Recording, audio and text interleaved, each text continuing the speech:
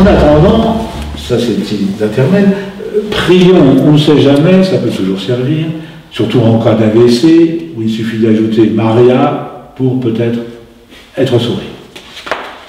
On prend des nouvelles de nos amis qui soient internés ou momentanément hospitalisés.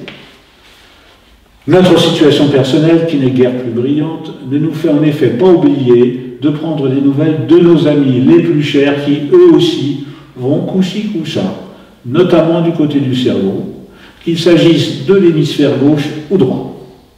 Ainsi les 4 mousquetaires, Athos, Porthos, Aramis et D'Artagnan. Eh bien, les infos sont loin d'être bonnes à leur sujet. Athos, que l'on appelle désormais Atoxico, tant il en est accro et tout entier, immergé dans sa défonce. Pathos, à la fois si amorphe et pathétiquement si émouvant, quand on le surprend dans son trip, est en pleine conversation avec son ombre. En revanche, Aramisanthrope, loin du monde lui aussi, est seul dans son coin, distant, affalé, tel une loque, et fumant clope sur clope. De son côté, D'Artagnan, le chef du trio précédent, a été placé dans une aile annexe où, à longueur de journée, il ferraille dans le vide avec des gestes tantôt lents, tantôt ridiculement accélérés. Certes, pour eux, la faculté nous a signalé que le pronostic mental était engagé. Pareil, dans le même bâtiment, pour le nerveux de Rimbaud, qui partage sa chambre avec Neronimo, un Indien qui s'autoproclame Sachem des Sachem, quand ce n'est pas carrément le plus grand Manitou de tous les temps. Sont-ils amants? Forment-ils un couple? Une liaison?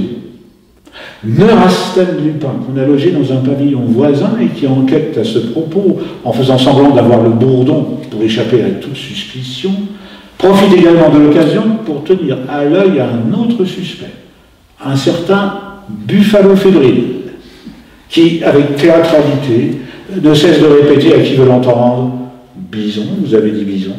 Bizarre. Délirium très mince. Les indices sont trop minces et trop rares pour en tirer des conclusions. Notons enfin que les intellos n'échappent pas à ce genre de séjour obligé dans ce type d'hosto. J'en veux pour preuve 2 exemples internationaux que j'y ai rencontrés.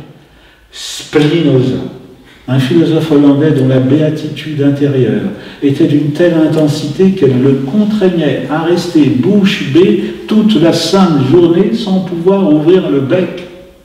Et Franz Kafkafar, un écrivain tchèque qui, comme son nom de plume l'indique, avait perpétuellement le blues, alors que pourtant il menait une vie de château. Ce qui, soulignons-le, n'empêchait pas qu'il fût en proie à des problèmes personnels de métamorphose qui, disait-il, le transformaient en insecte, en répugnant cloporte. De quoi grimper au plafond, non? Prions pour Phlegmon Ier, notre souverain bien-aimé. Prions en humble et dévoué sujet de Sa Majesté, comme, qu'elle veuille bien excuser cette ingérence, la reine Petite Lèvre et la princesse héritière Rubéole, ainsi que sa préceptrice, Dent de Sagesse, et ses demoiselles d'honneur, Faufilet et Suréna. Comme le baron de Pancréas, son fidèle serviteur, et le grand-duc Otite, qui tous deux ont son oreille. Comme monseigneur Prostate, le cardinal, le plus cool et même le plus coulant de la cour. Comme le chambellan Poumon et le chancelier Ombilique, comme son aide de camp Trijumeau et son majordome Pylore, comme son officier de bouche Pomme d'Adam et le colonel de sa garde royale Urètre, comme son agent secret Rectum et son maître de cérémonie Rotule. Avec eux, ensemble, faisons tous fort pour que vive et puisse continuer de régner notre souverain bien-aimé, Phlegmon Ier, roi des couilles, atteint d'une malheureuse durite post-opératoire au phimosis du gland. Prions pour les saints en les priant de bien vouloir prier pour nous. À commencer par Saint Doux, une crème d'homme, la douceur même. Saint Doux, plus connu sous le nom de Sainte Axonge, protecteur des essieux et des apprentis bouchers. Comme Saint Foin l'est, dans certaines régions de la France profonde, sous celui de Saint-Esparcet, que les fermiers sollicitent pour s'assurer une bonne fenaison en trèfle et autres herbes de saison.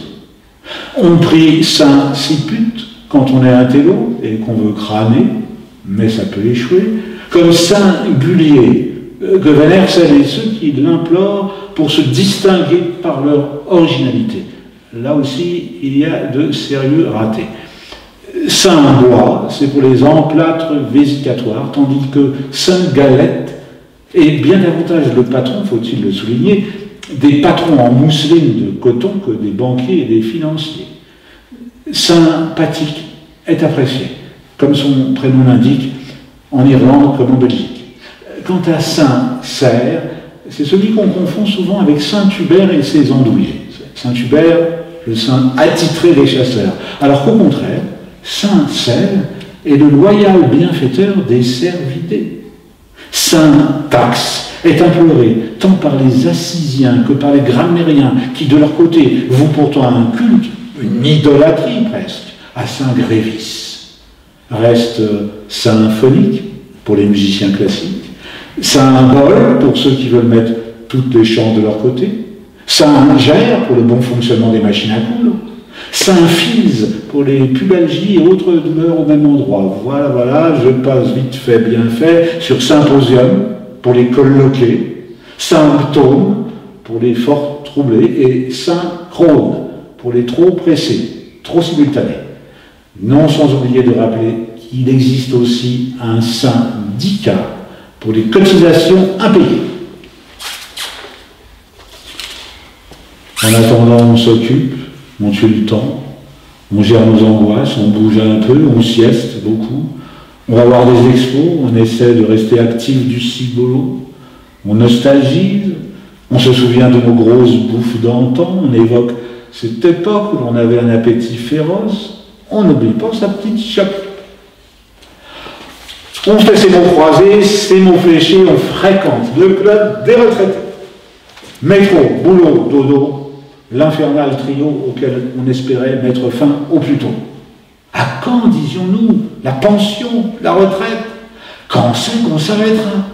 Quand c'est qu'on pourra aller à la pêche ou aux champignons, selon saison, et au retour, après la sieste, si l'on est poète ou presque, ou du moins si l'on croit l'être, écrire quelques petits textes épiques, dramatiques, lyrico-lyriques ou carrément rose bonbon. La vie, la vraie vie est là, dans le coton actif. Le contraire du train-train mollasson, de la routine et du ronron les plus terre-à-terre qui soient quand nous travaillions. Fini la galère, mais surtout, vive les mots, surtout les mots croisés, les mots fléchis. De quoi substituer au métro, boulot, dodo, cher à Pierre Béarn, un plus fervent mémo, ciboulot, dada. Oui, dada plutôt que dodo. De quoi fouetter nos chevaux cérébraux, de quoi nous aérer le cerveau, on le comprendra, mais aussi de bluffer nos descendants directs, y compris neveux et nièces, qui méconnaissent ces petits mots en 2 ou 3 lettres, voire 4 tout au plus. Notre aura, pour ne pas dire notre gloire, se mesure à nos yeux de cruciverbistes ou de crucifléchistes, si le terme existe, à cette économie de signes et à leurs identités multiples, à l'énoncé de leur seule définition. Toutefois, ce sont les triplettes, les plus remuantes en 3 lettres, qui nous font surtout rêver, sinon gamberger. Certes, Io, la célèbre dame du ton jadis, ou Lif, ce hérisson des caves, ou encore ce on, le plus illustre des anonymes, conserve notre sympathie, ainsi qu'Adam, d'autant plus pauvre pomme, just married, et plaqué aussi sec, qu'il reste inconsolable dans son paradisiaque verger où désormais il végète. C'est qu'Ève, sa gonzesse, qu'il a dans les triples, a été surprise dans les bras d'Eugène Sue, l'écrivain français des Bas-Quartiers, peu recommandable en effet. Ah, Eva pas s'en sortir comme ça, vous dites-vous?